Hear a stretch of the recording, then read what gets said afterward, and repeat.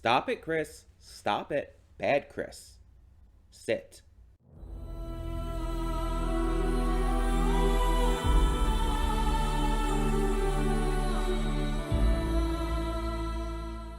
Hey everyone, welcome to Princess the Gay. I'm your host Connie, and today we are here with my blind reaction to Symphogear G, episodes 11 through 13. Yeah, we're here with the final 3 episodes of the season.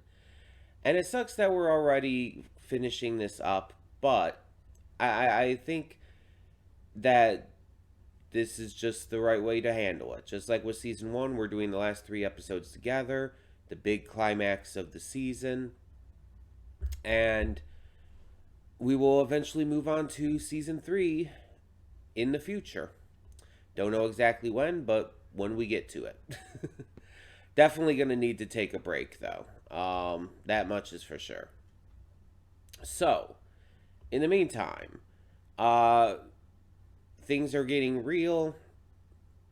The bad guy's plan is going off, and Chris has seemingly betrayed the group, though I think she's just being mind controlled. If she isn't being mind controlled, then there's something else at work here. Either it's a ruse of some sorts, and they're tricking the bad guys into thinking she is, or she's she's like being convinced to do this, like she's not like fully on board with the good guys yet, with Hibiki and them, and she's like maybe being like coerced into doing this under like some kind of threat. That's really the only kind of options I see here. Because I don't think Chris is still bad by any means. So either she's being coerced into doing this under threat or something, or she's being like mind controlled to some degree. That's my guess, at least. But I'm interested to see how this season ends. I still think Maria's going to sacrifice herself. Her character just seems like it's going in that direction. As for Dark Magician Girl and Goth Lolly Hatsume Miku, they're definitely gonna become part of the squad. They're already seeing how good our heroes are, and they're definitely gonna become part of the squad. Hopefully, Dr. Ver ends up dying. The mother will definitely end up dying because she's just dying. That's part of her character. She is very sick, and she is not going to survive this all. Um, but obviously Hibiki is going to survive. We don't know exactly like what the details of all that are, but she has main character status, so the question is, will she be healed? Or will she still have this like issue going forward? I mean, obviously, I believe she's going to be healed at some points, if not by the end of the season, then probably early next season. I don't see them dragging that out for too much longer. But it could go past the end of this season. I don't know. We'll see. We'll see how it goes down. Excuse me.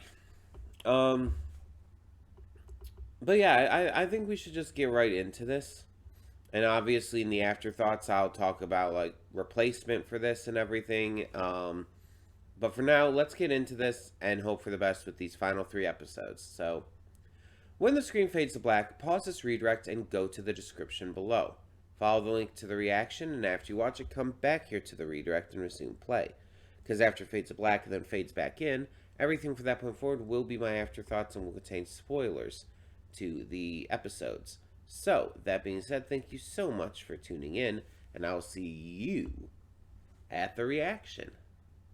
And we are back, and we'll begin with spoilers in 3, 2, 1, now. So I'm quite upset that Dr. Ver wasn't killed. whether by the Nephilim or just some noise in general or by an explosion even, I feel like he should have been killed. And I'm not just saying this just because of my hatred for him. I feel like it makes no sense to keep him alive. I mean, there's no reason for him to be left to his own devices. Even if he's being arrested and facing quote unquote justice, it's like he's one of those characters, one of those cases where he's just too dangerous to be left alive. Imprisoning him does nothing. Like, I don't trust that he's going to remain imprisoned. I don't trust that the world is safe from him unless he's dead. That is the only way I feel that his threat is actually neutralized. And I feel like the argument that was like trying to be made there was like, oh, we're not going to kill you. We're not going to turn you into a hero or a villain. We're just going to have you face proper justice. It's like, fuck that shit. Listen, I'm all for facing proper justice and everything. In real life, I am very much against the death penalty and stuff. But one, this isn't real life, it's an anime. Anime is not real. Just in case you didn't know. But two, there are cases of people that are just too dangerous to be left alive. Where their crimes are just too severe to just imprison them for. If someone's crimes and evils are that severe, imprisoning them is not justice. It sounds harsh, it sounds like terrible even, but it's the truth. It is not justice if their survival means that the world is still in an unsafe state.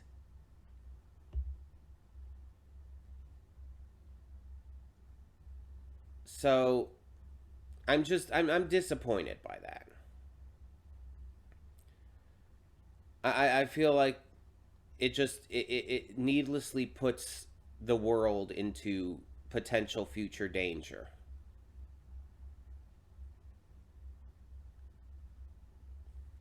Like, I just disagree with it.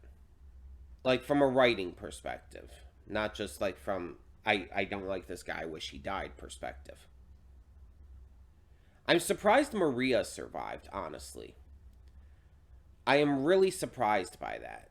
Like, everything was kind of gearing up, pun intended, for her to sacrifice herself. And she tried. That did actually come into play. She did try to sacrifice herself. And she only survived because of Hibiki and the others choosing to save her. To side with her and everything. Which is great, and it definitely reflects the themes and ideas of this show. But at the same time, it's like, I'm just surprised by it. Because, again, everything felt like it was working toward her dying. Not just her trying to sacrifice herself, but actually a successful sacrifice. So the fact that she didn't in the end, and she did survive, is surprising. And then you have Shirabe and Kirika, who turned over to the side of good completely. Though it took Kirika a little longer, a little more convincing. Also, an attempted suicide. So there's that. Which Shirabe took the hit for. Because, you know, those two are madly in love, and it's very blatant. It's like, almost, it's not even almost. It is as blatant as Hibiki and Miku. And I will say, there's fuel here for Chris and Tsubasa as well. I've been holding back on that one. I've been, like, fighting against the idea of that because I felt like there wasn't really enough to give us that ship. There wasn't enough to really like solidify that as a ship for me. But I feel they've earned that now. I feel like it's gotten to that point where it feels like it is a proper ship now. It's not as strong as Hibiki and Miku or as Kirika and Shirabe, but still. Now at the end there, it looked like Maria, Shirabe, and Kirika were like walking off into the distance, basically. So are they just going to go do their own thing? Will they be? I assume they're going to join the team, but maybe that doesn't happen right away. Maybe that'll happen in the next season. And speaking of, while we won't be getting to the next season right away, there are apparently two, from what I saw when I looked it up. There are apparently two OVA episodes, like extra episodes, in between Symphogear G and Symphogear GX. And they had the same name, just with 1 and 2, so I assume it's a two-parter. I obviously didn't look up any info about them. I just wanted to make sure on that. We're not getting to those right away. We will get to those when we come back to Symphogear. Those will lead us into GX. So when we're ready to come into GX, it's like that will be the first reaction, basically. And then we'll move into GX episode 1. But that's gonna be after a break. We definitely need a break here. But yeah, this finale and just continued series is continuing to impress me. It continues to be a great series that I'm just really enjoying and I'm invested in. So hey, that's a definite positive. And it looks like Solomon's Cane is gone now, so I'm wondering, like, how that's going to affect the noise and everything coming into the world. I'm just curious as to what that's going to change with the future. So, I'm very, very excited to see more. I'm excited to see, like, how this continues to evolve and grow and new characters come in and everything. So, like I said, we will continue this at some point in the near future. I hope not to wait too long. But that brings us into deciding on what our next show is going to be. So this is a donation reward slot. This is specifically Symphogear is a donation reward for Calypso. So we need another donation reward to replace this. And there's quite a few options I could go with, obviously. And I haven't really fully decided prior to doing this. I'm kind of like doing that now. Trying to figure out exactly which direction I want to go with. Because there's a few different things I could do. And there's options on what I can go with here. So let me check something real quick. And I think that could help me determine if it'll let me. Come on. I want to check something real quick, and that will help me possibly determine what I want to do here.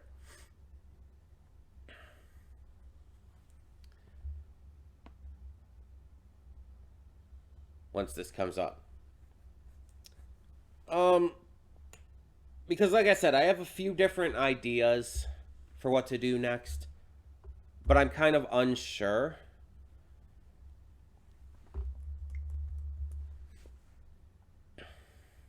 So I just want to, be positive in regards to something first.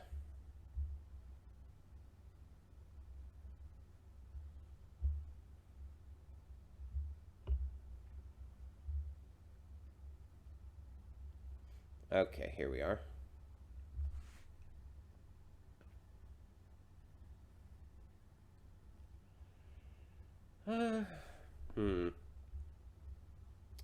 Sorry for the pause and everything here. I'm just, again, trying to check on something.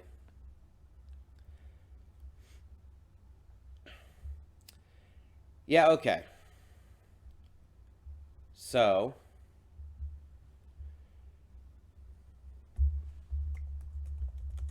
now let's check that one. Right. Okay. Well, that answers that question, and I kind of figured it would. I just wanted to check on specifics and everything. So, we're going to be coming back to a show next, and it's one that I haven't reacted to since 2021. It's one that I feel like I should probably finally get back to. But that also means I believe we have to get to a movie first. Because the show that we will be replacing Symphogear G with, which, by the way, wasn't originally a donation reward, but was made into a donation reward thanks to Dice, is free. We will be coming back to Free Season 3, which I don't actually know what Season 3 is called offhand. I could check real quick. Free Season 3. Is that one? Yeah, that's Dive to the Future. Okay. So we'll be starting Free Dive to the Future next week. And I think that's the final season, if I'm not mistaken. Yes, there's 3 seasons. But there is a movie that we supposedly have to watch beforehand because it takes place between seasons 2 and 3, from what I've been told. So I'm going to have to look that up. Let me see if I can find out right now, actually. Free watch order. That should help me figure it out.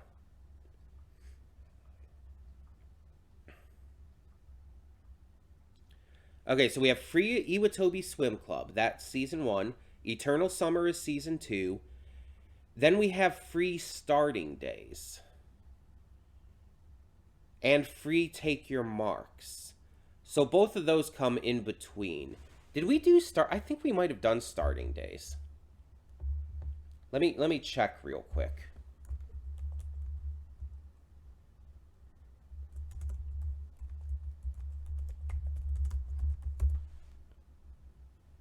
Yeah, we did Starting Days back in 2019, actually. I think we did Starting Days before Eternal Summer then. Okay.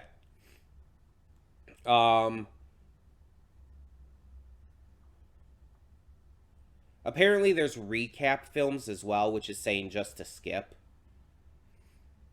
So yeah, next we need to do Take Your Marks, which I guess is the movie that takes place in between seasons 2 and 3. And then we have Dive to the Future, and then there's one more movie after that, The Final Stroke.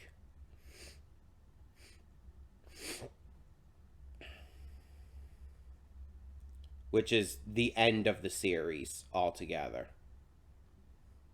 Okay.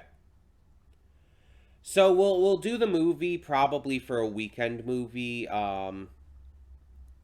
maybe next week. Which means technically I will record it next Tuesday, so I'll have watched it before I get to Season 3. Yeah, Season 3. Though Season 3, Episode 1 will appear on the channel first.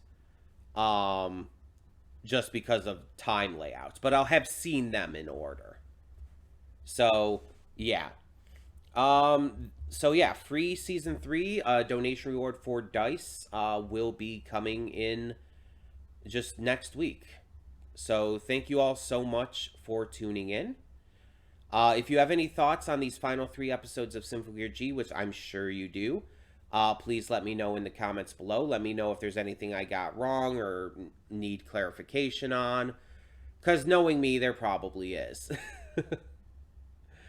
But like I said, we will get to Symphogear GX in the hopefully near future.